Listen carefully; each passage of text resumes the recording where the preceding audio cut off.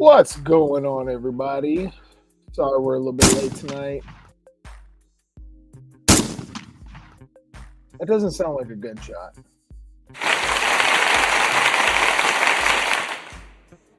All right. So, yes, sorry we're a little bit late tonight. Lightning Scott, only one in the chat, first one in the chat. All right, people are rolling in. Garen Wilson, what's going on? What's going on? Hope everybody is doing well. If you make it by the stream, hit that like button. If you are new to the channel, hit the like and the subscribe button. And yeah, everybody who's watching on replay, I thank you for watching the stream. I hope you enjoy it. We're going to talk about all kinds of different things. This live stream is sponsored by Telhart Handmade Knives. Check out this. If you want one of the most amazing handmade blades you could ever get in your life, check out telharthandmade.com. You have to make an account so that you can access the website. But yeah, absolutely amazing work. Custom knives. He makes all kinds of different stuff. Oh, bring me back. Small neck knives, stuff like this that absolutely is freaking fantastic. Cerakote options. This is the one I showed you before. That's called the mustard patina, which is literally made from like lemon juice and mustard seeds that causes this pattern. I could be a little wrong on that, but I definitely uses mustard seeds. Absolutely sick. And this comes from his line called The Keeper, which also has Send Me engraved on there. Absolutely awesome company. Check them out, as well as the Armsman's Holsters. So two dudes who really support this channel, Armsman, Matt Telhart. Really appreciate those guys, and just give them some support. If you need holsters, if you need knives, definitely want to check them out. Monsoon the Goon replay gang, thumbs up. Yes, if you are on the replay gang, hit the thumbs up. Also, if you're on the replay gang, let me know what colored lanyard I should put on this blade right here, because I am debating. I think I only have some OD green. What's going on? Lynchpin Supply, dude. Also, if you never checked out lynchpin.supply, go check out his website. He's got all the Risky Crisky shirts. He's got all kinds of other Milsurp and other things on there. Absolutely awesome fella. Good to see you, Lynchpin. It's always an honor having you in the chat. But yeah, let me know in the comments, if you're on the replay gang, what colored lanyard needs to go on this. The Bloodwood with the charred grip handle, the mustard patina blade. Let's see. Fat Tack versus Armsman holsters. They're both very high quality, like custom made, handmade holsters, right? It's comes down to what style you like to carry. They both bring two different styles of carrying. So yeah, I mean, they're both fantastic companies that make good holsters, and it just depends. Like I am a wing high carry kind of guy. Fat Tack holsters carry lower in your pants. So it kind of depends on what your outfit is. I think you should have lots of holsters though. Like the one thing you can never have enough of is holsters. Like every different light that you have, making sure it works with different models. So I mean, both high quality holsters. One thing is, Armsman also lives like around the corner from me, so if I needed something in a pinch, it's a lot easier for me to get an Armsman holster, to be honest with you. And I'm not mad about that, because like his quality is pretty unreal. And lots of people have his holsters. You can check out his reviews. I mean, Armsman's been making holsters for a long time now, so check him out on Instagram. Check out Matt Telhart on Instagram. His Instagram is The Smith and The Steward, and the Armsman is The Armsman on Instagram. You can see all kinds of different stuff they make. But yeah, getting right into it. Tonight's live stream, we're kind of just going to be talking about different equipment, different tools. We're going to talk about fitness.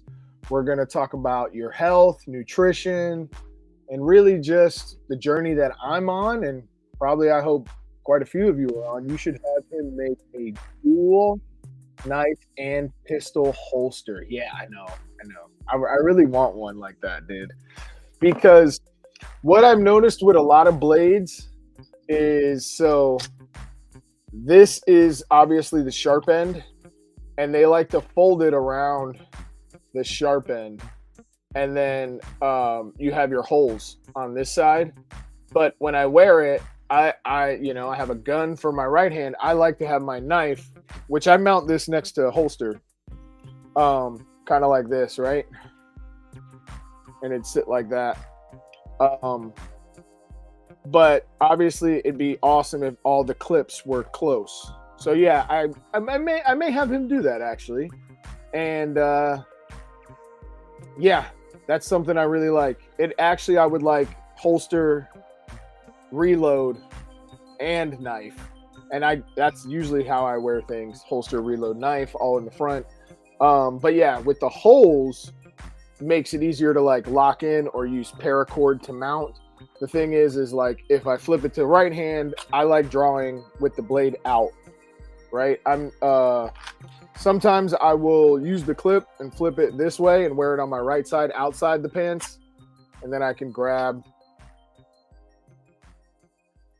But yeah, I mean, it depends on how you like to carry, because I could carry it this way with the holes in and draw, but I just don't find it as useful with my blade this way, because I'm having to turn my hand and go down or come up or slice, where when I get that reverse draw, right, I can slice this way, I can slice up, down.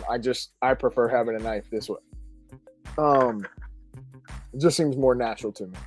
But yeah, I plan on getting Armsman to do that linchpin, especially with that blade right there. That thing is that's my go-to. I have a couple other little small blades that I do like, but like this size knife is like the best of all worlds. It's a tool, it's a survival tool, it's also a defensive blade. You could cut paracord easy. You could start fires with it. You could do a whole lot with a blade like this, and it's 80 CR. Hold on, 80 CRV2 steel. I gotta get that right, dude. It is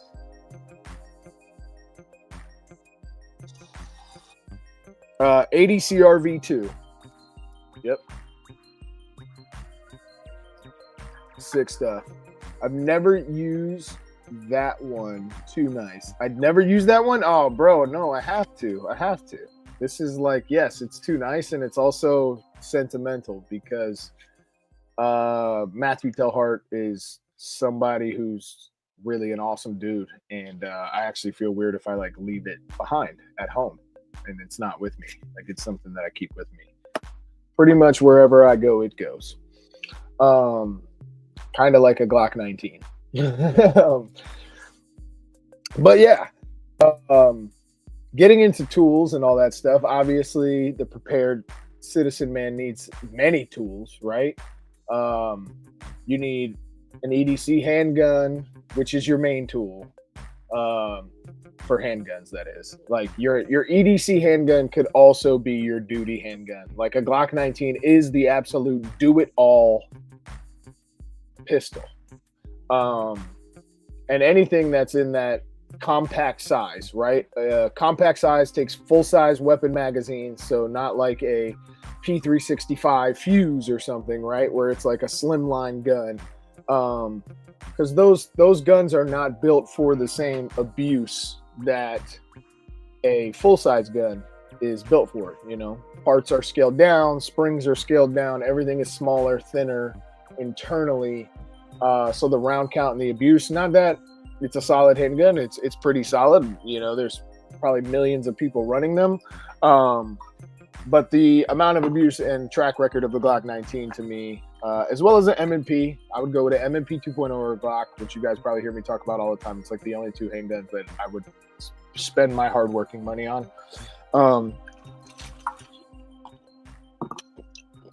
And what it comes down to is your training at the end of the day, because someone who's very well trained and well skilled, it kind of doesn't matter what they have. Usually the person with the most amount of reps and training and able to keep themselves calm under stress is going to be the successful person in any situation. Mine is going to get the test. Yes. It'll handle any test you really want to throw at it. Even humanoids. I'm using that one all the time. Eventually I'll get more knives from Telhart. He did make this one exclusively for me. It is called the Nomad. It is a slight variant from his Keeper. I requested to have only the jimping, the serrations kind of stop early so that this is sharp, a sharp blade on the top for inserting into things easy and then pulling out. So I kind of wanted it that style. And I mean, the fact that it's literally called the Nomad Keeper, I just can't go anywhere without it. But I did have a friend of mine, I don't know if he's in the chat, he was asking me about ham radios and things like that. I don't think you need like the most extensive ham radio setup, but I do think it is very good. So here we go, Linchpin 2. I've been getting into radios. The Walking Dead made me into it. Yeah, I mean, and really, like, as you're getting into radios, the key is just understanding simplex or like radio to radio versus using repeaters. And without a ham radio license, you can't use ham repeaters. Without a GMRS license, you can't use GMRS repeaters. But you can listen to everything. And in an emergency situation, you can use and talk in a real emergency on whatever frequency you need to get your emergency out. But all you have to do is program your radio to the local frequencies, like the local repeaters, GMRS repeaters, if you can find those. Basically program all that in, and then set some standard channels for you and the homies to talk using simplex, radio to radio without a repeater or anything. And probably the other key, which Tim Harper talks about, is height is might. So being able to plug into, say, a antenna that you could hang outside or run up outside the side of your house, you're going to get way more distance than just using your handheld in your house. I got a GMRS for 35 doll hairs. If you get it, your whole immediate family can use your call sign. Yeah, I got to do that. I got to get my GMRS. Yo, Linchpin, can you send it to me where you got it? I'm sure I could Google it and shit, but if you got a minute, and if you don't, it's all good. I'll figure it out. But send me the website so I can just go in and bust that out.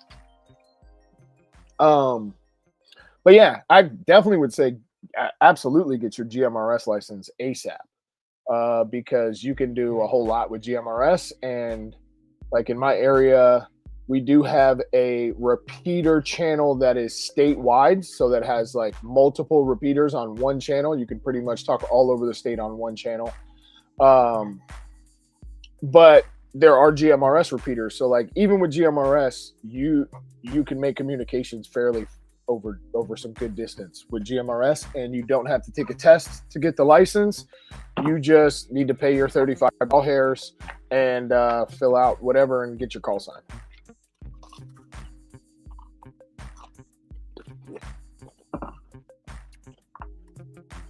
Heck yeah. 10 minutes? I love 10 minutes. I always got 10 minutes. G23, what's happening? So yeah, I mean, going back to the tools, definitely baseline radio information, EDC, a knife, a backpack, being able to carry water with you wherever you go, being able to store basic needs for at least 3 weeks, right? Which rice, beans, canned chicken, sardines, pretty easy stuff. Boxes of protein bars, maybe some pancake mix, something to cook with, olive oil stored up is pretty good, right? I mean, I actually have a crap ton of vegetable oil because it's so cheap. And like in the worst of emergency, I probably won't give a shit. But yeah, olive oil is obviously more expensive. But lard also. Lard is fantastic. And a meat lover's pizza. Bro, don't do it, Garen. Don't do that meat lover's pizza. You'll be regretting it. Take care of your bowels, my brother. Your bowels love you. Your intestines, they love you. They want you to treat them with love and kindness. I haven't eaten pizza now in almost 5 months. And I'm never going back to eating pizza ever. And I am Italian, and I was born in an Italian restaurant that made pizza. I have been eating pizza too long in my life, and I wish I never did because it's absolutely atrocious for you. Hey. Shut your mouth. Shut your mouth. I love olives, though. Yeah, I can eat a whole jar of olives. More important question is, how was your interviews and when do you start? So, yeah, July 6th, I've accepted one, and I got a text from somebody saying that I got the job for the other one. So, I mean, I'm going to accept both and then, like, right away, just say I accept and then have conversations with my wife, discuss the finances, and then have to tell one that, yeah, I'm going to accept the other one. So I got to do, it's a blessing. Okay. So yeah, praise God that all the diligence and trying and efforts have paid off. But I've already accepted one that I start July 6th. So pretty excited about that.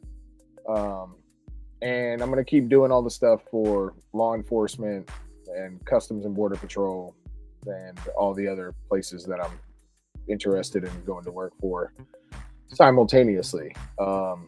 Because I can only do this sales stuff so much longer because it's just trenchy. It's just, it's boring. It's a lot of death. It's a lot of old people, hospitals, sicknesses, and being in a hospital every day, all the time, which I've done for about 14 years already.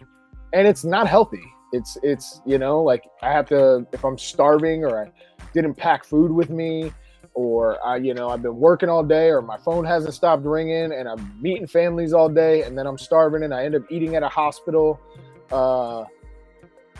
Yeah, I want a more physically demanding job that like is geared around physicality.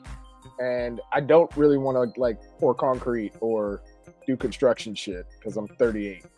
And yeah, I like my body. So I wanted a job where I'm focused on taking care of my body and my health and my preparedness and my skill set.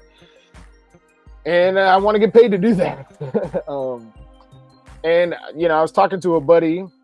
He may be out there watching. But, yeah, he's out there watching. And, bro, government jobs, the government has all the money. They get all the money from us. So working for the government, it's a good thing to do. Like, you want a retirement, you want a pension, you want to take your paycheck and drag it into a 401k all the time and then have to manage it, move it to a Roth IRA and all that? Or do you want a job where 20 years in, you get a pension and it's there? And your healthcare and all that comes with a retirement plan, right? So there's that. And in the long run, you don't think about a lot of that when you're young.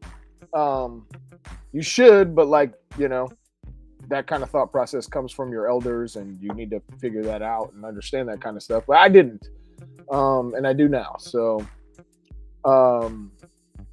that hard work, physical labor shit, so hard. I work landscaping. Yeah, I've done all kinds of stuff, bro. It's exhausting every day. I would feel like I was high just from the exhaustion. Yeah, and bro, in Florida, landscaping, the temperatures, the heat, the needing to rehydrate and chill out after you're outside working for 6-8 hours. The money is good in manual labor, plumbing, landscaping, painting houses, HVAC, all that stuff's really good.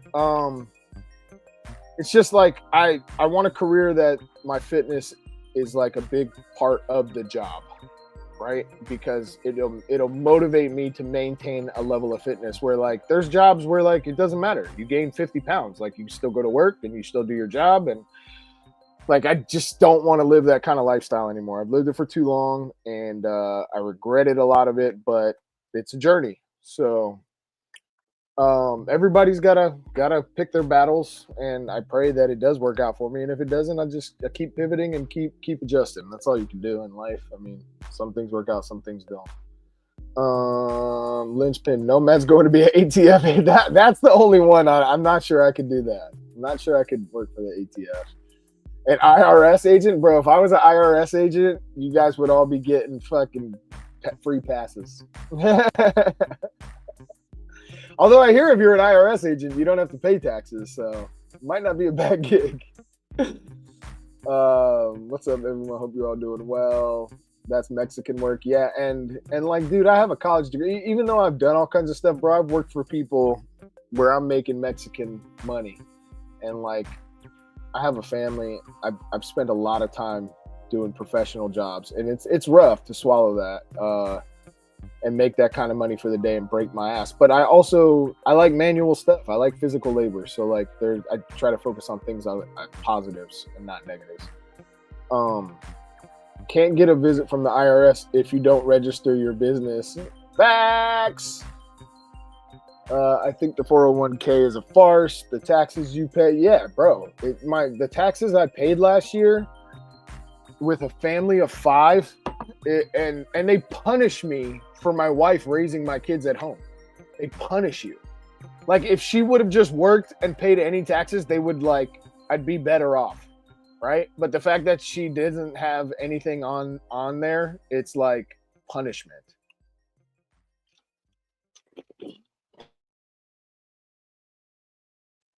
A linchpin, that is a part of it. Today, I just got my stipple kit in, and I'm going to be working on stippling frames and all kinds of stuff.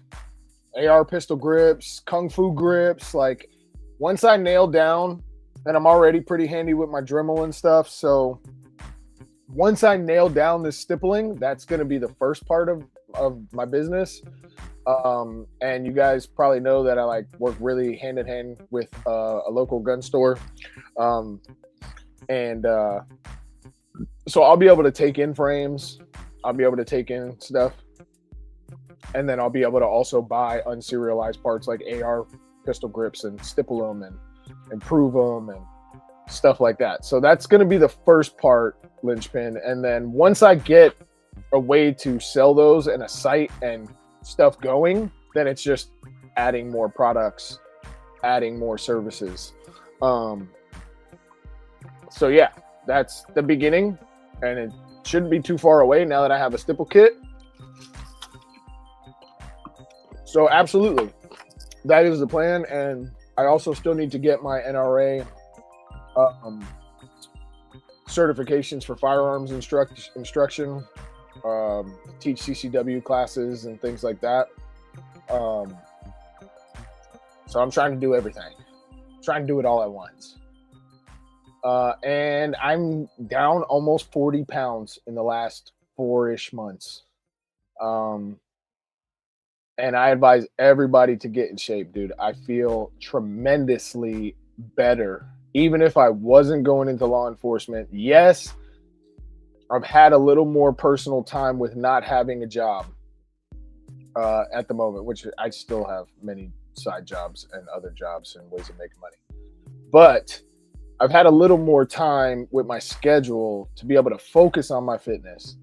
And dude, I would drop everything. I would drop firearms training after getting to a certain level of proficiency and put the gym first. I had even talked to when I was working full time and I was making time for the range. I was like, bro, I'm going to the gym from now on. Like, if I'm gonna know that my day is gonna consist of not too many rounds, hanging out and not putting in as much work as I want to at the range and getting the physicality. Cause like when I'm at the range, I like to get my fitness in. I want to run. I want to do push-ups. Then I want to shoot. I want to go. I like working on draws and 25-yard shots and technique and fundamentals. I mean, it's a must. You must do that. But once you get to a certain level of proficiency, you know, bro, you got to get fit, bro. Being fit is 50% of the puzzle. If you can't run, if you can't jump, if you can't slide and crawl and get under things, like, yes, you should still always carry a gun. I'm not saying like if you're not fit, don't carry a gun. You should carry a gun. You should protect yourself. But for what we talk about here as the prepared citizen, it is 50% of the equation is being in shape. So yeah, I mean, bro, I took a couple peptides, ate like the cleanest diet ever, worked out like crazy. I'm late now because I spent 2.5 hours at the gym tonight. And I had been 4 days off from the gym, even though you guys know I have a bunch of weights right here. So even when I don't make it to the gym, I do stuff. But I don't know what. I got bit by some shit and my freaking arm was swollen. You can even see some like a little bit of like discoloration kind of right here. I don't know what I got bit by selling one of my dogs out in this park. And it's pretty much gone down and gone. And I've been on Benadryl for like 3 days and like drowsy and keeping cream on my arm, but it's worked out. So I'm back in the gym today and had a great workout.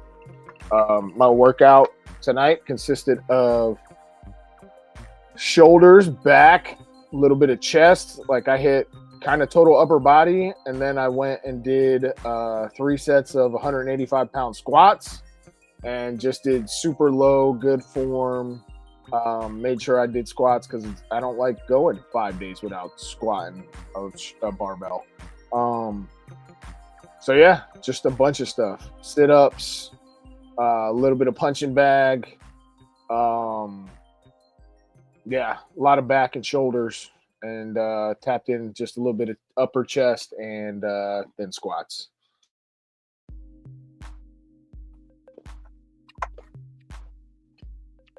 Mediterranean diet's not bad. Just carbs and stuff, bro, they're so bad for you. Pasta's really not good for you. There are pastas that are healthier, like chickpea pasta, protein pasta. But the key is staying away from too many carbs. You still need carbs, but staying away from like too many carbs, sugar, and protein intake. And dude, you need to eat your goal body weight in grams a day. So if your goal body weight, if you're at 220 and your goal body weight is 200, you need to eat 200 grams of protein every day. And it's not easy, bro. Like taking 2 protein shakes, a couple protein bars, eating high protein every meal. And like, I'm not even tracking my stuff. I'm just trying to get it in as much as I can. Cause like I already got 2, I'm juggling. I'm not trying to put additional stuff I got to do by weighing my shit on a scale.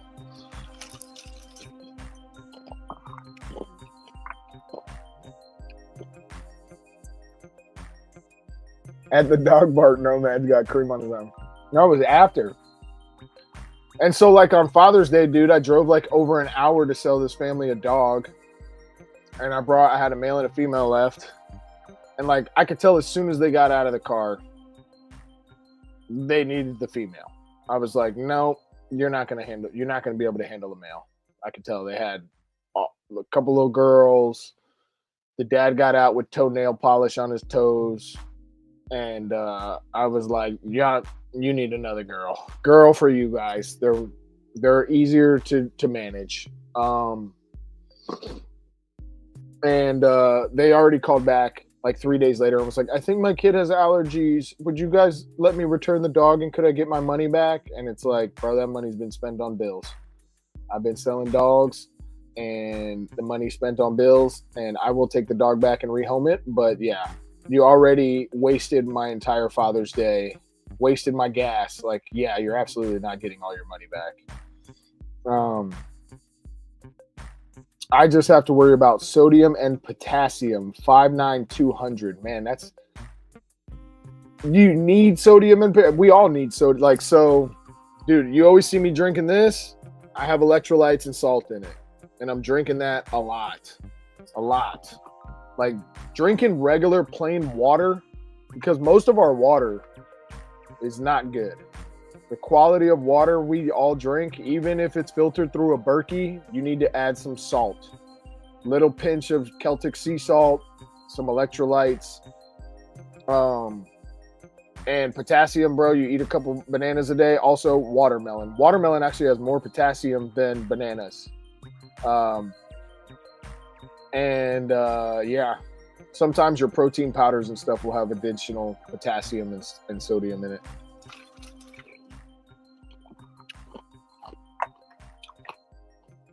Okay, you need to cut it. So, you need to be super hydrated. Then you do need to maybe not drink as many electrolytes.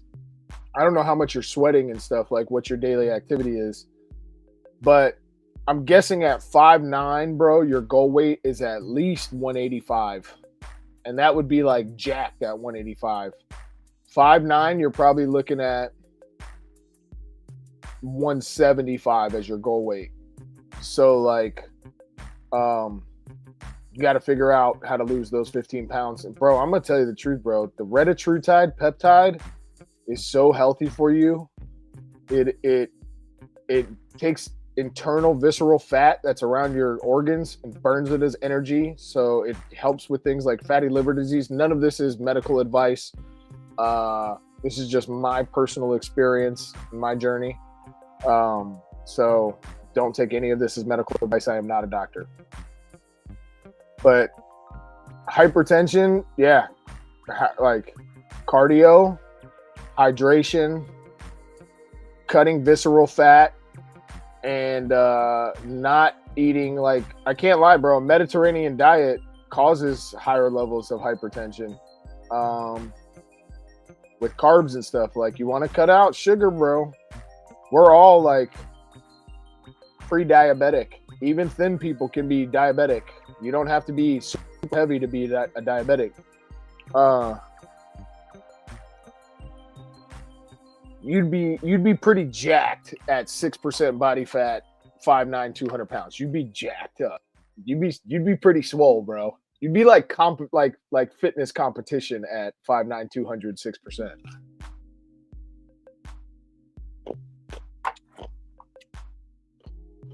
Because I'm like 6'1", and I'm 225 right now, like 224 some mornings. I want to get down to 215 at 6'1" and be lean. And then, like, if I probably 220 with more muscle would probably be my ideal. But like where I am right now, I would like to kind of meet them both, meet that 220 by leaning and adding muscle, and hopefully scrunch down five less pounds, adding more muscle, getting to 220. Cortisol is the devil. Yeah. 6'1", 190 is great. That's super, super good, Maverick. 6 foot 200, Lightning Scott. Nice. Heck yeah. Yeah, I mean, just keep trying to add muscle, guys. Like, you're not overweight, just lift. Add in 3 days a week lifting. You don't have to go heavy. You don't have to do bodybuilding shit. just need to pick weights up and put them down. That's it. Basic standard stuff, lat pull downs, dumbbell curls, shoulders. If you have bad shoulders, you don't need to do shoulder press. You do light rows, rotator cuff stuff with like 5 pounds, then maybe move it to 10 pounds, which rotator cuff is everything 90 degrees, rotating that shoulder blade this way and doing like laying on your stomach, pressing overhead with 5 pounds. Tiny lightweight stuff. Maverick, you can add muscle in your 60s. There's some 60-year-olds that are pretty swolled up. And sometimes it's nutrition, right? And supplementation. Those 60-year-olds are doing supplements. And I think it's fantastic. Get your blood levels checked. Like, get on TRT. Yeah, get on TRT. Get your testosterone levels checked. From what I've seen is you want, and I haven't got mine checked. I need to get mine checked. But like you have baseline, you have like decent, and then you have optimal, which you want to be an optimal, which is like the best you can be for your age and stuff, where you can still build muscle and have good energy. And it also helps with health, right? Like if you have more energy, you have better muscle, your muscle is going to burn calories faster than fat will, and you're going to accomplish more stuff and therefore be more active, therefore have better heart, better everything and stuff like that. So still lifting, but muscle mass is harder to maintain. Absolutely, Maverick. Absolutely it is. But that's why as you get older, it's like you can't take breaks, you can't afford injuries, and you need to I would say, Lightning Scott, yes and no. Like, yes, you should avoid a lot of those things, those DRs. But getting your levels checked, and I think more like men's health clinics are better. And also don't take what anyone tells you as gospel, right? Like, you are your own personal first responder. You're your own personal guide to your body. No one knows your body better than you do. If you get on TRT, you won't need Blue Chew. It's funny.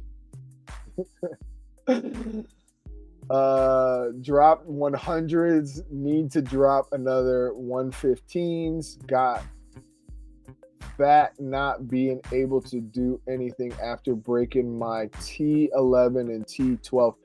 G23, I'm telling you, bro, the retatrutide peptide, you only need like a micro amount of it, and what because it tells your body to do this.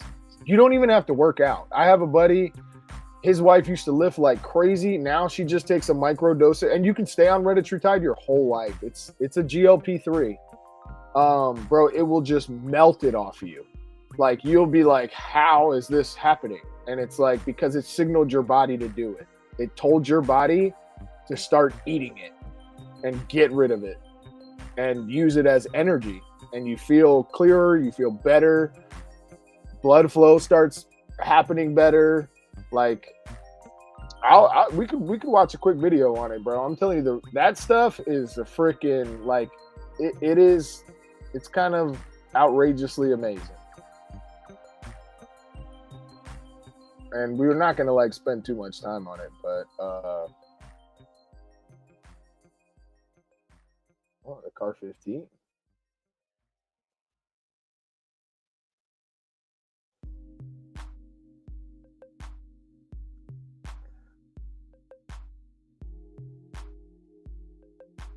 Let me see.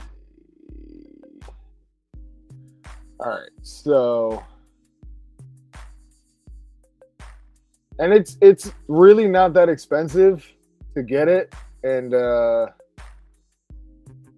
it's freaking it's the most unreal modern stuff. It's a reason that the FDA don't want to approve it, because they don't want people like.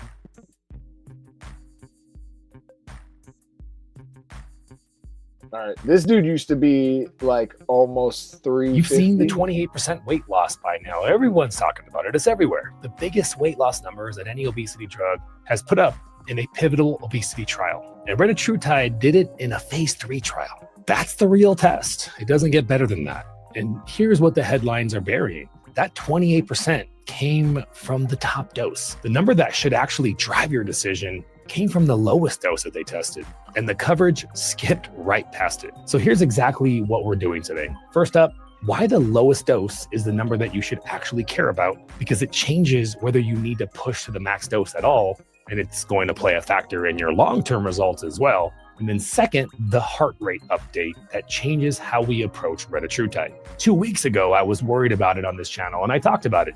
Now, new data has changed my mind. And third, the one that hits closest to home, whether you switch, whether you wait, or whether you do something with your own current protocol right now. I'm Dr. Jones, DC, and I've been talking about retatrutide since as far as I can remember. And I've coached thousands of patients through these exact sort of calls every single week, hundreds of them on retatrutide. So let's translate it for you. So the number didn't really change, it just got confirmed. We called it early and the full data proved us right. But that top line number was never the one that should drive your decision. That one's sitting lower on the dosing chart. So let me show you what I mean. Let's talk about what 28% actually looks like on a real human being. A percentage on a slide doesn't mean much until you put it on a body. So picture somebody starting off at 250 pounds. 28% is 70 pounds. 70. So I went from about 258 to 225 in 4 months with microdose of retatrutide. And yes, I ate better, but like the average person is averaging between 19 and 28% body fat loss in the right places, not like having some weird thing like you heard on Ozempic and all this stuff. Like there's millions of people taking this, and there's trials on it. And it's basically what it does is it has something called glucagon, which helps your body to produce sugars the proper way, because our bodies are taking sugar and storing it as fat. So it tells your body to use sugar as energy. So you actually can eat a bunch of carbs on this and still lose weight. You shouldn't eat garbage, but you can eat carbs and lose weight because it's going to tell your body to burn that as energy. And then it also signals to the liver to like cure fatty liver and take the fat around your liver and burn it off and use it as energy. It's absolutely crazy. We don't have to watch the whole thing if you guys are interested in it, but even like bodybuilders that want to go from 12% to 6% body fat, they take this. So it's not just for people who want to lose 70 pounds. It's not for people who want to lose 150 pounds. If you just want to lose 10 pounds, like I gave my wife a microdose twice a week, and she lost like 12 pounds in 3 weeks. It was like a couple pounds a day, just like her body decided to start eating the fat that was unneeded and use it as energy. And you only need like a 0.5 milligram. You can take 1 milligram a week and it does that for you. I mean, the recommended like average is like 2 milligrams, and then no one should go above 12, I believe. And most people say you shouldn't even go above 6, but like max dose, I was, which was a high dose. And bro, like Maverick, I have back injuries. I have stuff with my back. Like my family, we have like degenerative discs kind of run in our family. But like the better shape you get in, the less shit that bothers you, right? When you start losing weight, when you start getting in shape, when you start eating less things, when you have less inflammation, your knees hurt less, your back hurts less, you can move more, you want to be more active.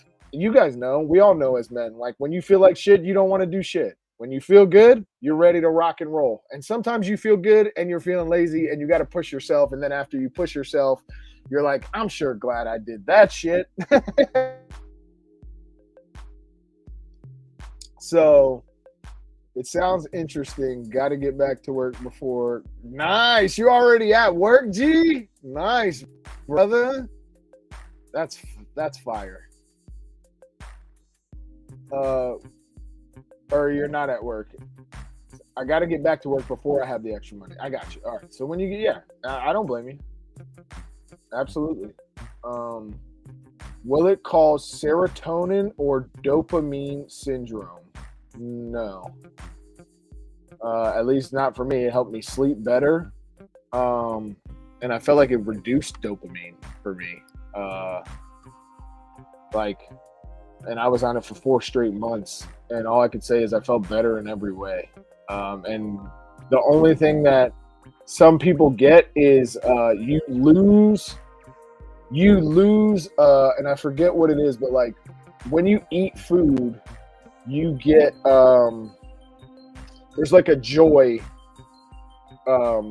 chemical that people get from eating food, and it takes it away. So like you still enjoy eating food, at least I do. Every time I eat food, I still enjoy it. It's less than like taking a GLP-1. But you don't get like where you're craving food just to eat food, right? You crave food when you're hungry and want nutrition. And a lot of that probably has to do with the diet. Like there were days on my diet I was only eating like 2 steaks, a steak in the morning and a steak at night, or I would eat 3 cans of sardines all day, and I felt fantastic. I didn't feel like I was malnutrition, but at the same time, my body was burning fat as energy. Um, and I'm gonna tell you the truth. There's another thing out there that's very similar to that. That's called berberine, which is a bunch of roots. It is a GLP. It turns on GLP receptors, and it's a 100% natural version. It's not a synthetic version, which that is synthetic. It is a natural version of a fat burning GLP, which tells your body to burn fat and use it as energy. And berberine is absolutely fantastic. You have to take pills because it's like it looks like turmeric. It's like a yellow powder that comes in a pill. And berberine is, you can do your research on berberine. Absolutely phenomenal stuff for energy and losing weight. I actually felt weirder on berberine though when I took berberine, and every now and then I would take one at night. Like if I took a small dose, I would take another berberine at night, 1 pill. But the berberine made me feel weirder than the retatrutide. The retatrutide, I never really felt anything besides like high energy, and I would weigh myself every day, and I noticed I was a pound less. I don't know. I know a lot of people that take it, and it just does nothing besides eat fat off your body, and also helps you control what you put in your mouth, because you don't have sugar cravings. You don't have like, I need to eat something horrible. And if you start to eat something horrible, you eat a lot less. You consume, like I'd make a big dinner, and like what a normal portion I would eat, and I'd get through like half of it, and I'd feel great. Overeating is a big problem in our culture, man. And then a lot of it has to do with the ingredients and the chemicals and the fillers, because it's not nutritious, right? So like we consume a lot of food, and that food does nothing for our body.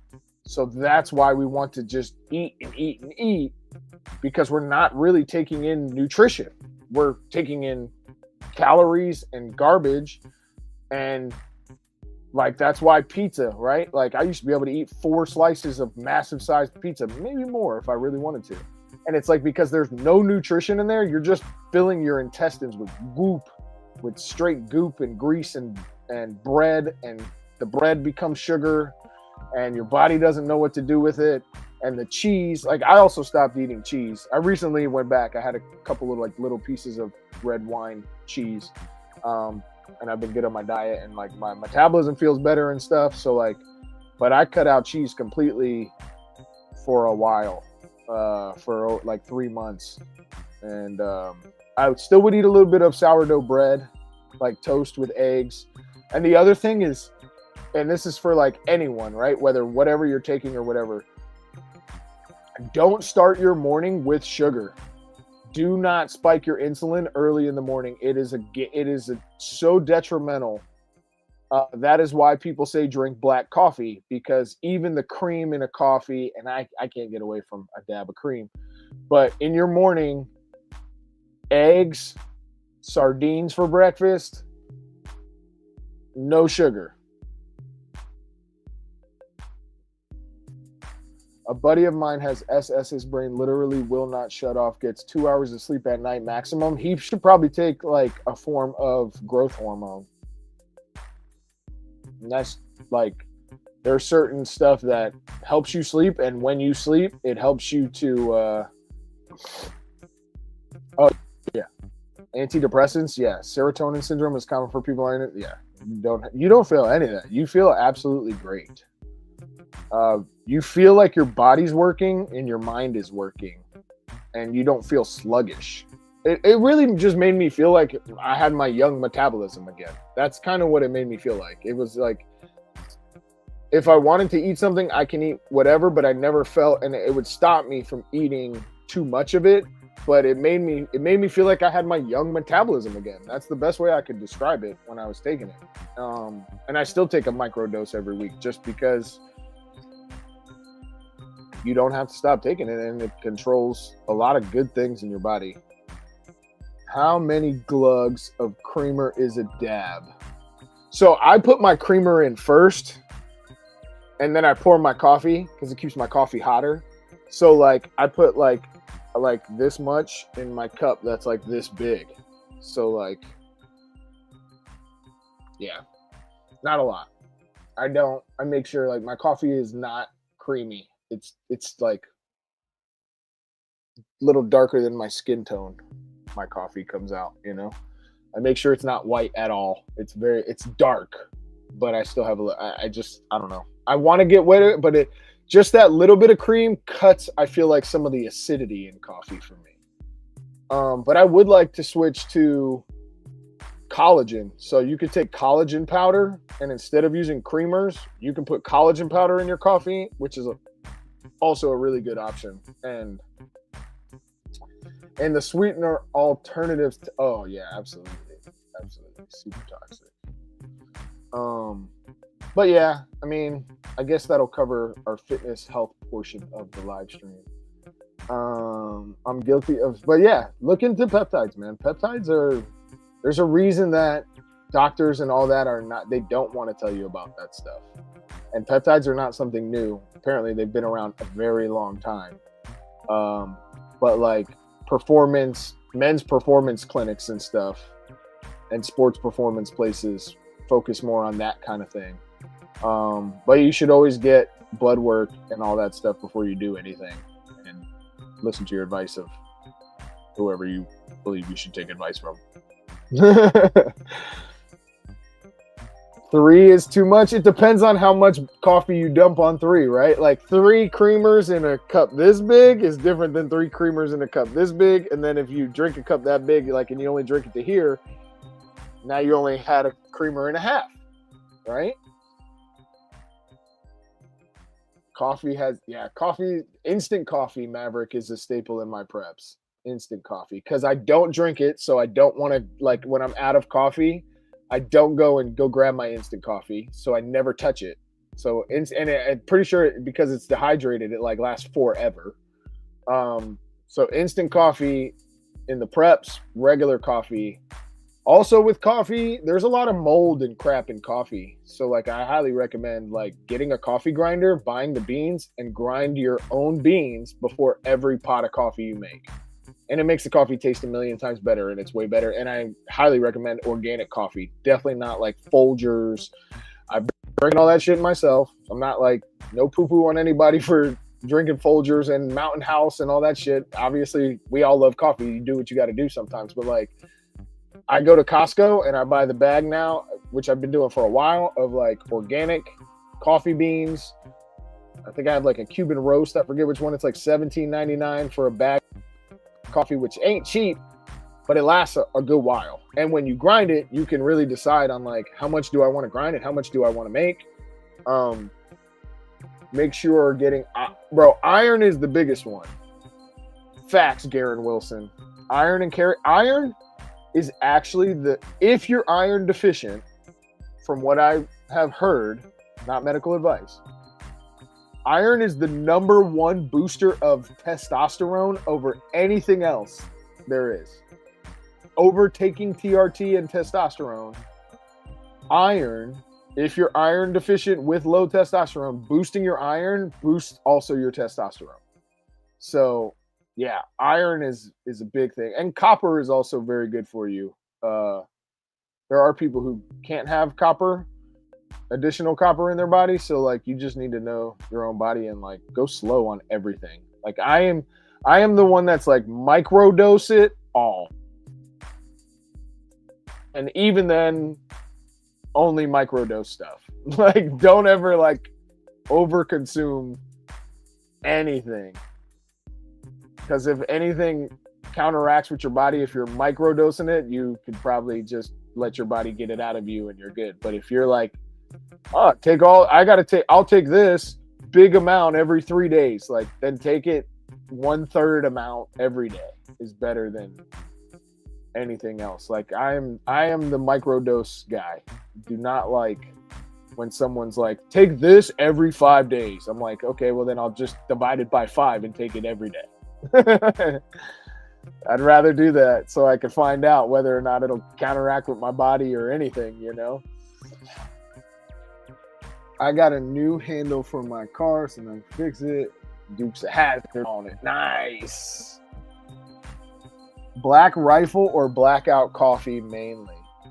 As long as it's organic, Maverick, because, bro, I tell you the truth. I looked at those companies before, and I was like, yes, I love 2A and guns. And I'm like, oh, Black Rifle. But, like, they're taxing. They're taxing on non-organic marketing. Make sure you get organic coffee. It's cheaper and better. And go to Sam's Club or Costco. I only buy in bulk, bro. I cannot. Like, it started with prepping. Now I have a lot of mouths to feed. So, like, I'd rather buy in bulk, have less things in my house, and have the stuff that I really want for a better price.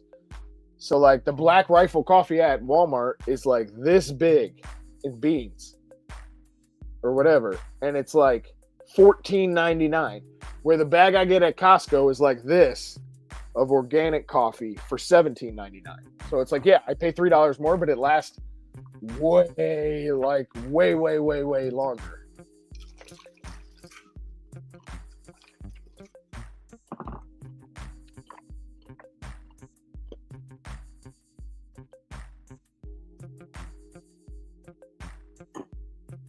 A lot of that can be also sugar and diabetic stuff, Garen. So make sure you get that stuff checked out too, because feet and blood flow down to your feet has a lot to do with, as your legs, that's the biggest spot for blood flow, right? Because it's the farthest away from your heart.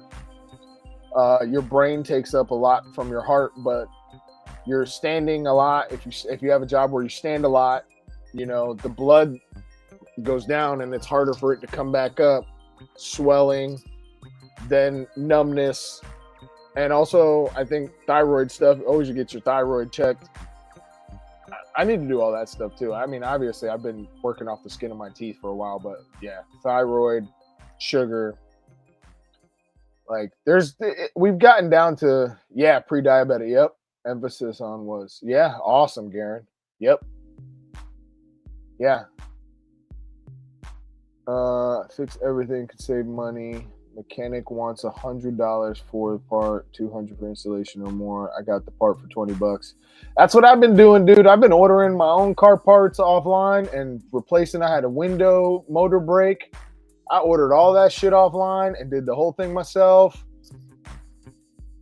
I mean, there's so many car stuff that you can do on your own and order factory parts offline. I forget the thing I use, but if you look it up, there's like 3 or 4 places that ship pretty much everything for every car. And it's just so much better to do car stuff. That's why I'm also glad I have a really old car, because I can always do pretty much everything on that Joker myself now, which I don't want any new cars ever. I want all the oldest cars ever. I want old cars with no computers. That's what I want. Leg cramps are the worst. Yeah.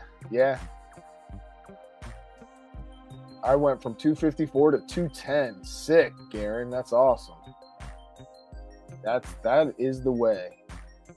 But yeah, so fitness, EDC tools, able to leave, take stuff with you, stay hydrated, good shoes. Obviously, good nutrition goes with having a healthy body that you learn to fast, you learn not to eat so much, being able to go with less calories with a healthy body. Obviously, no matter what, we're all human, so you can only push your body so far with lower calories. But being in your best shape in emergency situations, help with heart rate, help with everything. And the biggest thing, dude, is like, is try to go to the gym. Go to the gym. Helps with testosterone. Like just going to the gym boosts natural testosterone. Squats, do body weight squats. Pumping blood through your muscles and doing resistance training is like the number one thing to keep you walking in your old age, prevent injuries, prevent osteoporosis. Oh no. Why isn't, hold on. Oh, computer battery almost died. Had to plug in. But yeah, you got to do resistance training, strengthen your bones, strengthen your muscles, strengthen your heart, increase blood flow, increase circulation, sweat, saunas. It's tough. Obviously, it takes, obviously, like the key, I think, is like around 2 hours a day. And it's like, how many of us have 2 hours a day? But if, you're diligent enough, and doing YouTube and a lot of things I do has hurt my health, man. Like I'm noticing, like doing live streams every night and staying up super late. Like when I start my work schedule again, like I'm going to change my YouTube schedule and take care of your eyes. Absolutely. New cars aren't worth all the privacy by. I completely agree, Maverick. 95 Bronco, boy, that's what's up. You will always have work if you can turn wrenches. That is true, Garen. Absolutely true. Regulator and a motor for $50 new. Yep, mine was about that. I think mine was a little more than that, but yep. And my switch, I think I bought an off-brand. So my switch is backwards on that window, like down is up and up is down. Kind of like how like Toyotas are different than, stuff made in China. It's different. But it's all good. It works. But yeah. So radio comms, good pistol, a nice blade, good holsters, a good belt. Obviously, I only recommend 2 belts, which is the Core Essentials belt or the Hunter Constantine, which I think is the most superior belt on the market for EDC use. The Hunter Constantine will make your back feel amazing. Best belt ever. You can wear it with anything. But the Core Essentials is good, and all similar ratchet style EDC belts. But carrying a gun belt drastically improves how it feels on your body. Drastically. Without a gun belt, EDC is not as nice. Gun belt is a must with a holster and obviously a gun.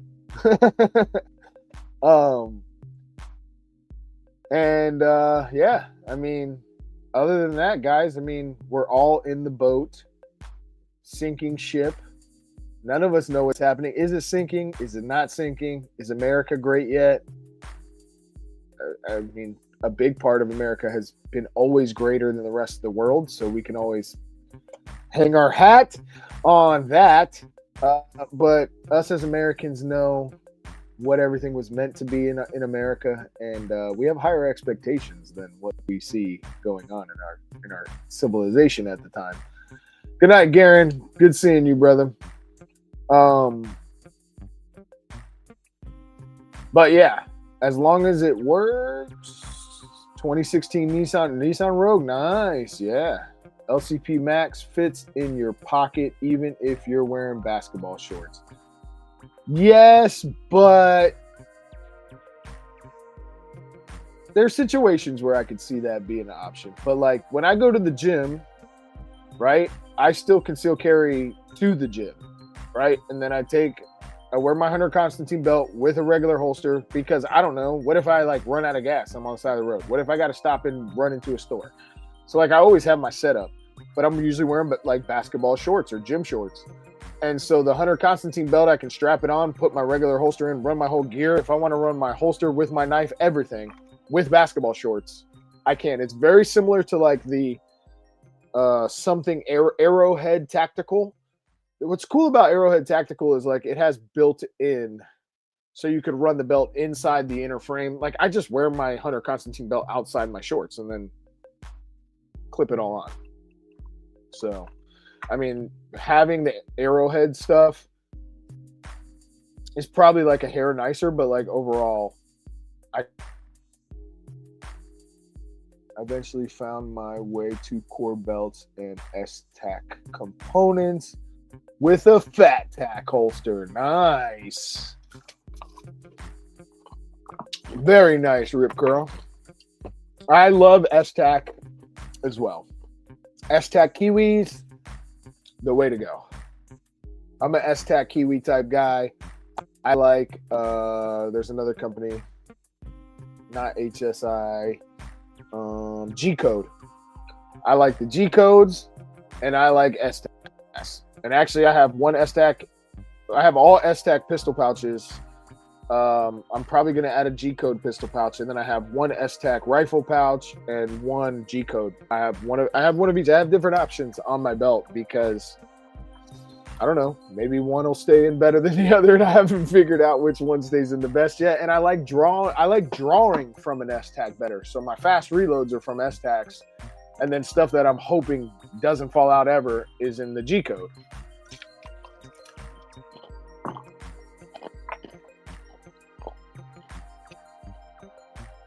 $30 holsters. So when I'm in my basketball shorts around my house, I literally carry with this. This is a Black Hawk sticky holster. I cut it myself and sewed it myself for a red dot.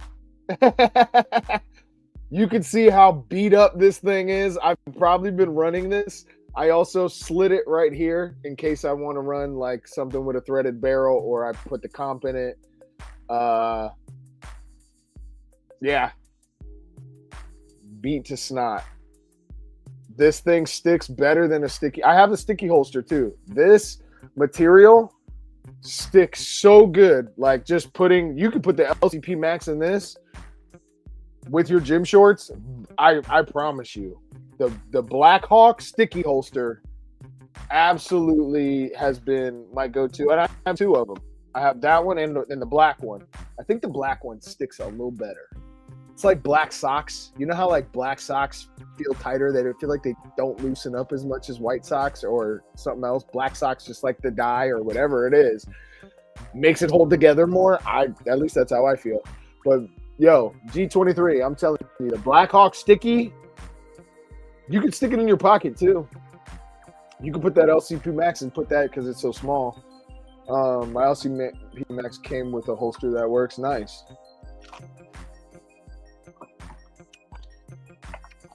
Necessity is the mother of invention. Yeah, and convenience. Necessity plus convenience.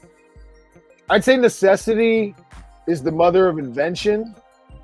Convenience is the mother of innovation. Right? Like the necessity, you create the first model, wanting it to be more evolved is how can I make this more convenient? And you could overdo it with convenience, right? To the point where like you have robots doing everything for you, which is taking it too far.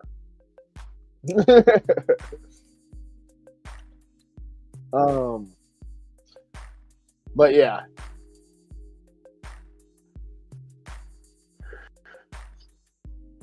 Fat Tack is good, but I run a Fat Tack because I run OWB. Nice. He makes any combo you need. Dot, thumb rest, etc. Are you running the component Rip Curl, the new one? OWB?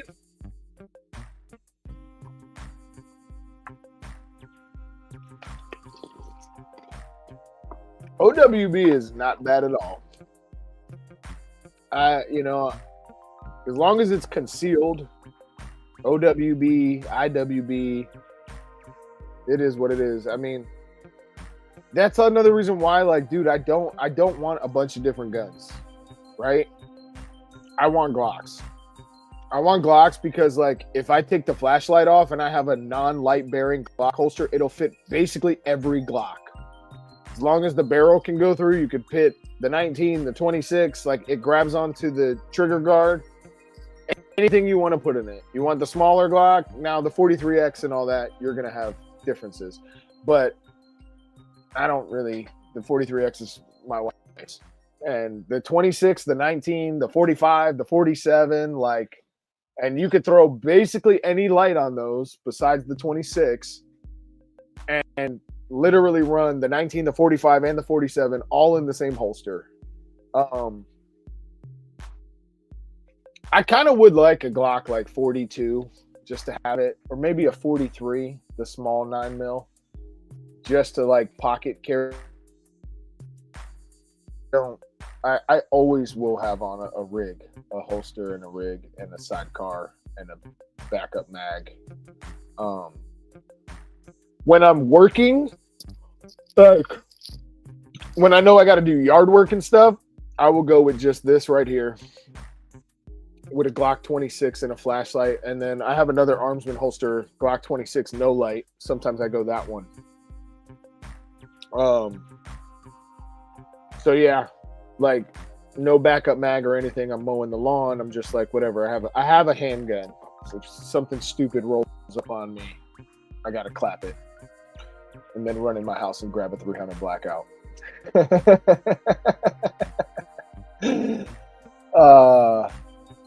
Could always have more bullets and more ammo and bigger guns, right? Can never have enough firepower with you, because whenever something real bad happens, you want it to be a disadvantage because you want to survive. But yeah, I mean, that's a bunch of cool stuff, man. Let's see. Red dots. Me and Dark had a conversation. I think Ben Stager and Lucas Botkin were saying if you don't have a red dot, you don't really train. And me and Dark had a long conversation about this. We were going back and forth because I somewhat agree. I'm not saying that you don't train because like, and I also put like an age limit, right? Like if you're from the older generation before red dots were a thing, then absolutely you're good. You're out of this conversation. But if like you're a young dude and you're buying a handgun and you've had a handgun for maybe your first like 5 years, in the last 5 years you only started shooting, you are going to go with a red dot. You're not like, if you're going to take shooting seriously and you're under 35 years old and you've had a handgun from 30 to 30, like, yes, you're going with a red dot. You are eventually, right? The more you train or you finally get to use one, you won't go back. You'll be all right. Should you shoot with irons? Yes. Should you know how to shoot with irons? Yes.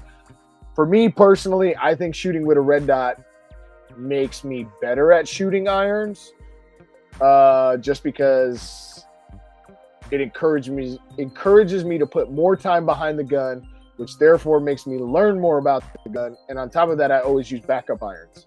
So my presentation, my fundamentals are all going to be the same. So there's just maybe some minor tweaks with using irons versus a red dot.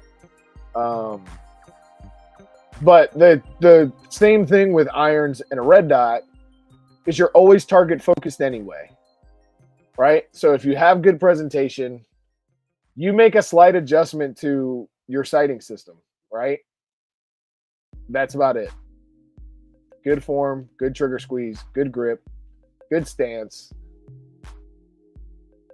know how to manage your weapon under recoil, you're gonna do pretty well. Well enough. Better than someone that would be a retard. And that's about all I think you need, to be honest with you. Let's see.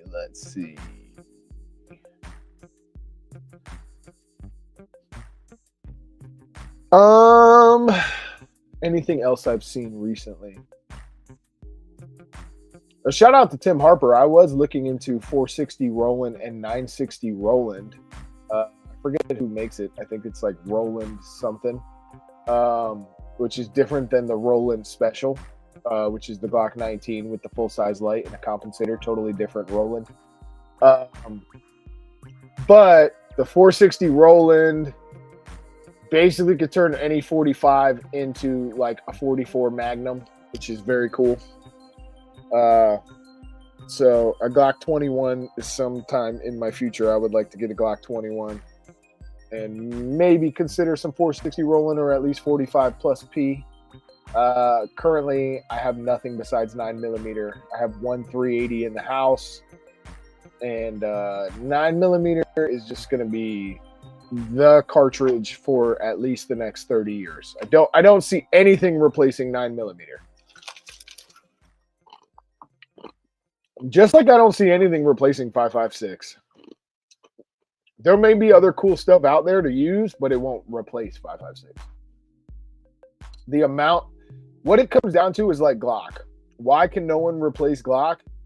Because Glock has had the same magazines on the market and parts for 30 years. So like we have a market filled with Glock mags, Glock sights. Glock also has absolutely the best iron sight system where the front sight uses a screw. Absolutely. I don't know why any other company is not all using what Glock does, and just put Glock iron sights on every gun. Stop with the foolishness of sliding in your front sight. It's ridiculous. You got to put it in a vise and tap it and get it straight, and bogus. The fact that with a Glock, all you need is a rear sight tool to push in your rear sight, which is just, you want to go more right, move it right. You want to go more left, move it left. A little screw tool pops in your front sight. A little bit of blue Loctite. I've never had one move. Not if you buy decent sights anyway. But yeah, that's why Glock is the superior weapon system in the pistol world, because they have the most market components available. And there's a lot of other reasons, but the magazines are probably the biggest one. Like, that's literally why there's like no 2011s that take any other like non-2011 mag besides Glocks. Yes, there's a couple that take 320 mags. And really it's the SIG that takes 320 mags. The P211 takes 320 mags. And then there's one other one. I think it is the 2311 by, I forget who it is. Forget the name of the company that makes it. But Glock mags are the most superior magazine for supply chains, hard use. It being a metal magazine coated in polymer means you could throw it across concrete and you're not going to like dent it. You're not going to scrape it. It's not going to get rusted. You can bury it underground, reuse it. Glock magazines make Glocks. It's just like ARs, right? Like the P-Mag and the Duramag are what make AR-15s amazing. Like using a Steiner AUG that takes AUG mags. They're more expensive. They're harder to get.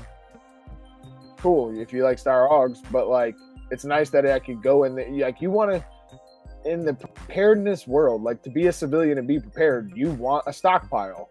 What if the laws change?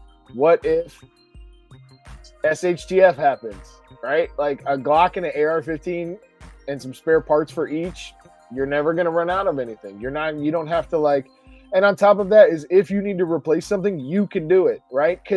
If you have a handgun that you cannot work on without a YouTube video showing you every step of the way on how to change something, that's not good. That's not good, because how are you going to do that if you don't have the internet, right? And something breaks. Do you have backup parts? If you got 3 or 4 Glocks, I mean, I guess if you have 3 or 4 anything, if something breaks, you throw it in the trash and grab your next one up. But you could always get back to whatever configuration you want to run for sure. Like if you have one with an acro and something broke on that one, you can take the parts and put it back in there, or take the slide off and run it on your other frame and have your setup you want. So that's why Glocks and AR-15s are the way to go. Absolute way to go for the prepared American. I don't want to hear about Walters. M&Ps, you're fine. Well, M&P gets a pass. HK VP9s get a pass. I think HK doesn't care that much about the VP9. I don't know if that's me. I love the VP9. I think if they did more to promote the VP9, color waves, mounting more optic cuts, more on the market, the VP9, fantabulous. Get rid of the paddle slide release. Only put push button mag releases. Sorry. Don't have the trigger guard mag release. Deuce on that. And maybe come out with the VP9, the modern like the updated. Here's the new VP9 that's gonna change the game. Here's a subcompact, a compact, and a full size. That's it. That's all you got to do. Just like Glock just did. Glock just dropped. They didn't even do subcompact. They did compact, hybrid, full size. 19, 45, 47. If they would have dropped the 26 with that whole lineup, there's nothing else you need at all.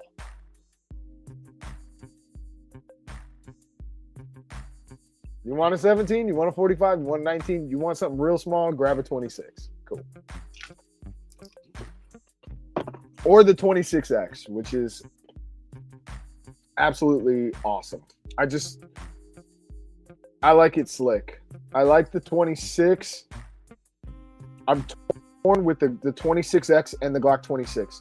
When I put the red dot on the 26X, I end up being like, I might as well carry a 19. When I leave it with iron sights, it feels like a smaller gun. With the 26, I can put the red dot on it. I can have a mag extension or whatever. It still feels very small. For some reason, on the 26X with the little bit bigger flashlight, when I put a dot on it, I get to the point where I'm like, I might as well just carry my 19. So my 26X will remain with iron sights because I like the size of that. And then I like the size of the regular 26 that I have, the 26 Gen 5 MOS. But obviously, guys, like we talk about Glocks. I love my Glocks.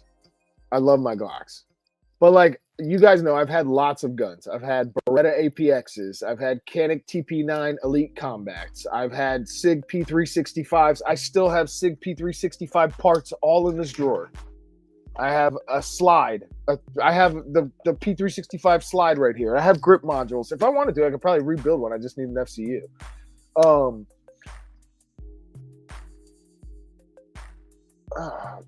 There are more comments. Why wasn't it loading the comments? I will admit, I'm a cheap bastard. Get my leather holster on eBay and make my own custom holsters. That's what's up, Maverick. I want to make holsters too, but I have Armsman like right down the road, so I just have it. Foul, not fat, RDR. Foul, not fat. Foul, not fat. Fat tack. The foul tack. I run a foul tack. What is hold on. It's called foul tack? Have I been reading that wrong? No. Oh, okay. Foul tack. Okay, that's You guys are messing with my dyslexia. Not a typo. Got it. All right. I'm sorry I'm so far behind on this. These comments are 10 minutes ago. I don't know why it wasn't reloading my comments. Many people getting reliant on dots. I did muscle memory training with a grandmaster shooter who only uses a commander length 1911 with no sights. Yeah, I mean there are like super old ninjas out there that can do crazy shit with old school shit. Like that's why I said there's an age cap on this whole red dot thing. Like if you're old generation, you've been shooting, because I had a conversation with my buddy about point shooting. And have you ever seen the guys who do the competitive revolver shooting where they literally do something like this? Hold on. They lean all the way back and draw and fire from here in like tenths of seconds, and they hit their target. Like the old cowboys, dude, the old cowboys, come on, bro. Were they really using their iron sights in these life and death? I gotta hit you before you hit me. Or were they pulling that thing out and going bam, bam, bam, bam, bam, point shooting as fast as they could at someone and hitting beer cans and bottles? And like, if you train enough, you can do anything. You become one with your weapon, and people overlook that.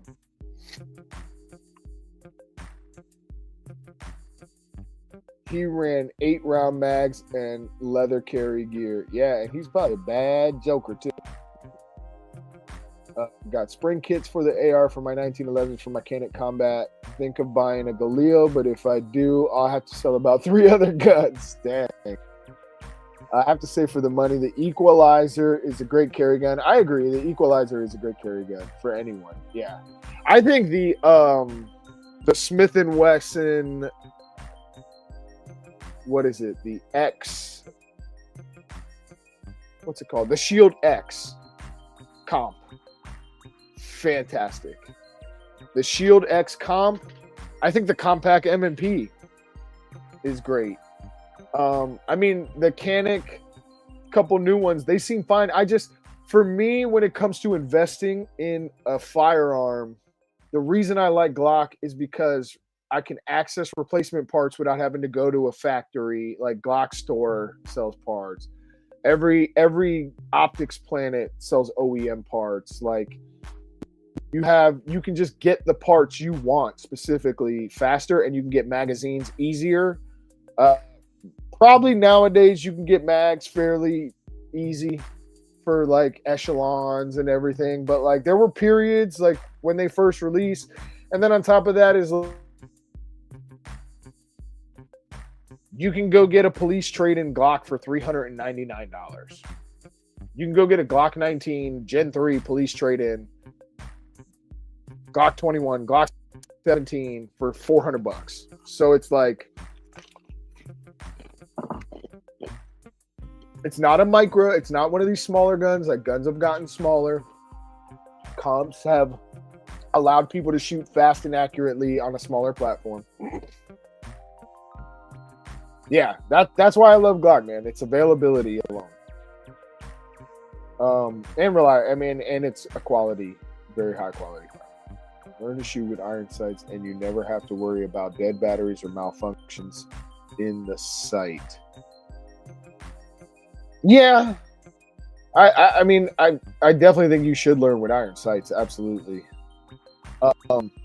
I think it's more important with handguns than it is with rifles. Like rifles with iron sights nowadays, it's like, yeah, backup irons, are they a must? Yeah.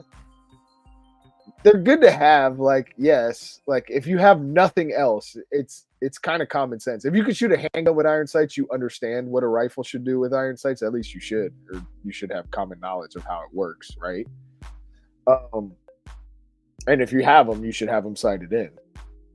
But like the reliability of red dots, EOTechs, aim points, an LVPO with a backup red dot. Like you can have 3 sighting systems on a rifle. You can have a laser, a red dot, a scope, all on one gun. It's like, and you need backup irons. I don't know, but like I still love the carry handle. Like I could rock just carry handle, fixed front sight post, and that would work for me. Like I'd be very happy with that.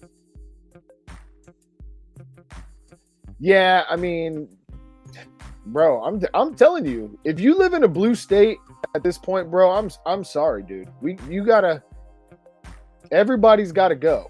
Like, hey, if we got to take pay cuts, if we all got to put our money together, like, obviously it's hard enough. We would love to all start a tribe and move to some state and declare our own state, break away from that state and start a new state called Constitutia.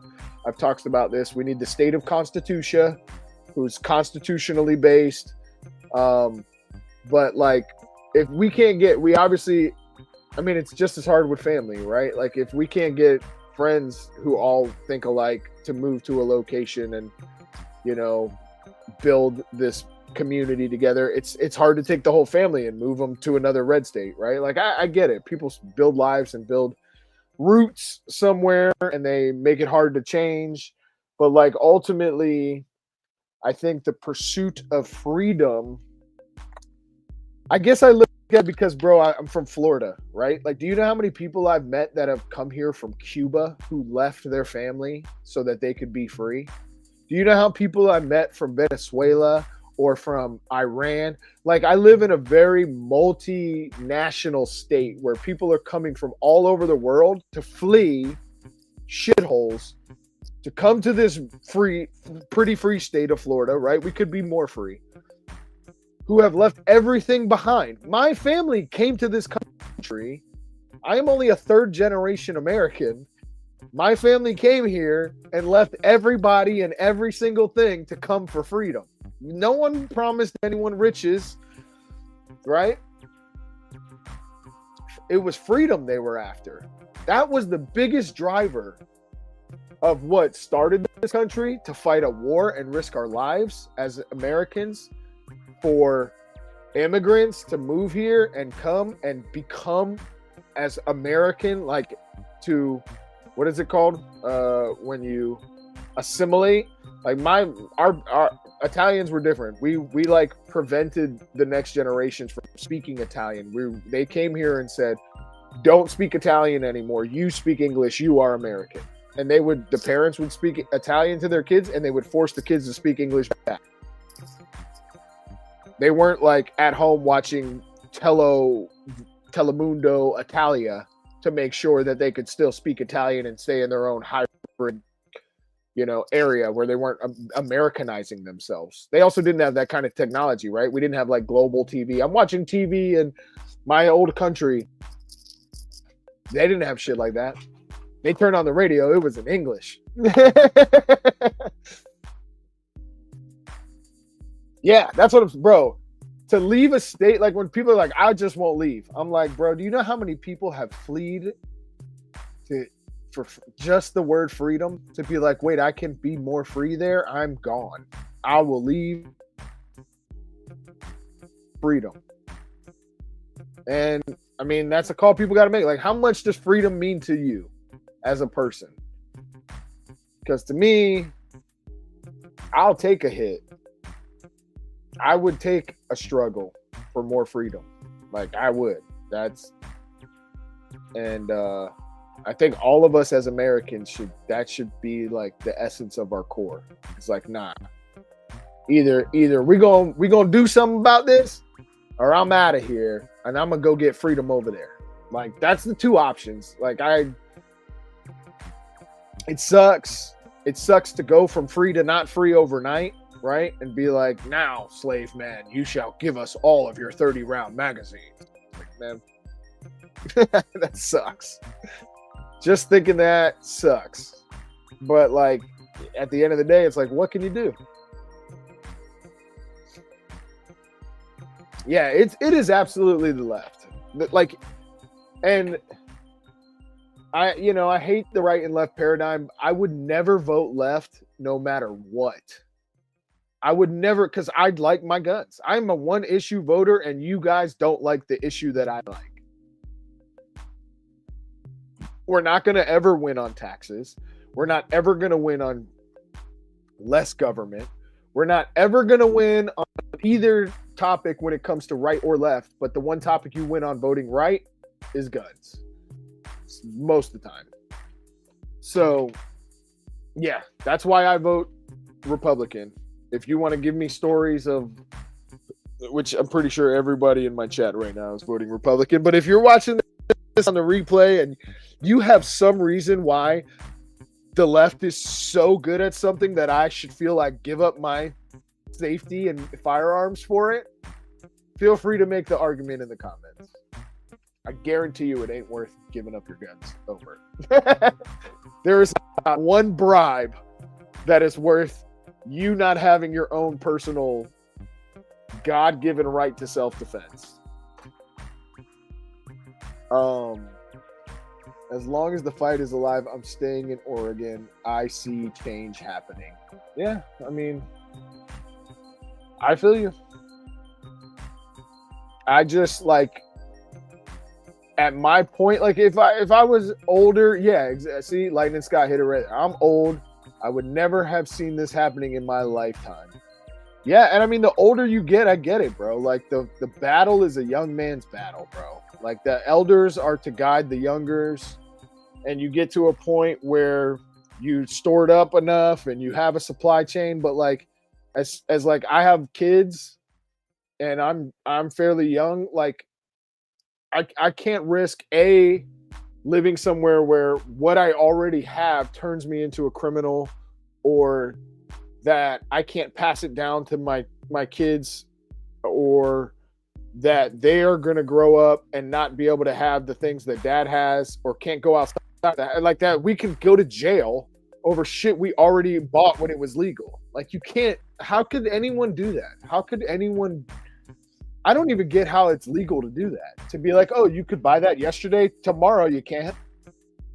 Fuck you guys, bro. I'm sorry. It is nauseating, but I would leave. I would rather leave than argue with retards, because like you're up against mentally retarded people, in my opinion. I mean that in a very kind way. I'm on YouTube. I mean that from an intellectual perspective. I don't know how to make that sound any better, but like you're up against people who think that taking stuff from law-abiding people means that the criminals will just stop. The crime will just eventually go away if we mess with law-abiding citizens.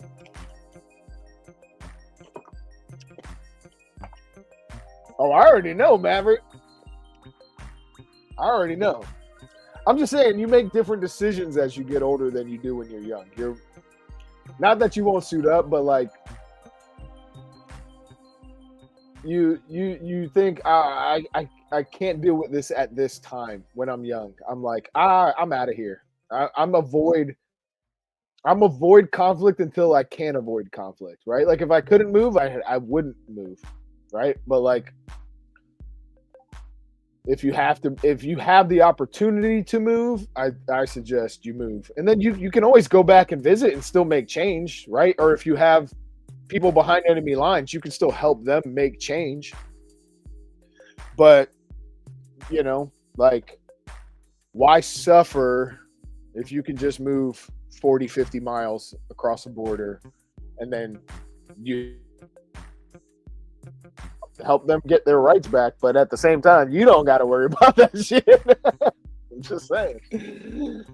It's true. No need to sugarcoat it. Yeah, I mean, we all get there. Z, I've been working with the senior population for 14 years, and I always say this, bro. You only get to old age if you're lucky. You're very unlucky if you don't get to grow old. Growing old is a great honor and a blessing. A massive blessing, dude, that you get to experience that much life, because there's so many young people who never get to. There's so many young people who got caught up in something and their life ended abruptly, and it's extremely sad. And as I'm sure you guys know this, I'm sure it's pretty common knowledge. I pray to God I never have to experience it. I've seen people go through it, but like, it's the worst thing you could ever do is lose someone younger than you, right? As even if it's not your children, just a friend who's a few years younger than you, you feel like, man, I wish I could have guided this person better. I wish I was there. I wish I could have done something to be there for them so that this didn't happen. And when it's your own family, obviously, I think that's the hardest thing in the world. I don't think there's anything harder than that. So, yeah, I mean, it's just the nature of humanity. I feel bad for the younger generations. Not just absolutely, like I do too. I mean, I thought I had it bad compared to the generations before me, and then looking at the new generations, it's like, oh, you guys got even more crap to deal with than I had to deal with, and I'm actually fortunate that I'm not younger, you know, and that I got to at least get by a couple of the curves before they went far south. Yeah, Maverick, it's sad, bro. It's sad. Growing old is such a blessing. Work, ethics, drugs. Yeah. You can't, bro. Our bodies are literally the holy temple, man. Sensitive. But yeah, man. I don't know. Anybody got another topic to hit before we close up shop? I feel like I covered a bunch of stuff. We'll be live Friday night. I'm gonna see. Maybe I'll have a special guest on. We'll talk about all kinds of stuff. But thank you guys for everybody who entered into the waffle. Congratulations to everybody who won stuff in the waffle. I have to get out Fat Rooster Sling. I think M. Moran has an Armsman holster coming. If I could change anything, I would get rid of smartphones. Worst thing ever. Yeah, I agree. Smartphones are worst thing ever. They really are. They increase the knowledge, and it's funny. The Bible says in the end times, knowledge will increase, and that's because the speed of information has increased. Nunzio. That's funny, bro. I have an old Italian relative named Nunzio. That's awesome. Good to see you, man. Good morning to you. Good to catch you, Nomad. Glad I could be here. Glad you could be here too, Maverick, man. New to the channel, man. Well, thank you. Hit that subscribe, like the video. Forget about it. Yeah, forget about it. Salute, brother. Salute. Thank you for coming by, Nunzio. It's a pleasure to have you. Watch the replay if you like, or check out some of my other videos. Again, guys, just grateful to be alive. Grateful to spend some time with you. Talk about things that are on my mind. Don't forget, these videos are sponsored by Armsman's Holsters. Shout out to The Armsman, and also Matthew Telhart of Telhart Handmade Knives. Here's my Telhart blade. Let's show that beautiful creature off one more time. If you need ultra reliable handmade knives, check that bad boy out. This is the Nomad Custom. It is a slight alternate of his Keeper line. Dude makes absolutely phenomenal blades. So go check out telharthandmade.com. Check out thearmsman.com. Appreciate you guys. May Christ be in your hearts, protect you always. May the Holy Spirit flow within you. And always be ready for anything. Never stop striving to be the best version of yourself. And stay after it, because there's a lot of stuff after us. So we'll catch you guys on the next one, man. And thanks for coming by. Hit the like button and all that stuff. I think you can hype the video for 7 days. So feel free to hype the live if you can. People need to look up everyone. Facts. The chair is against the wall. We're out, Wolverines. Stay ready. See you later.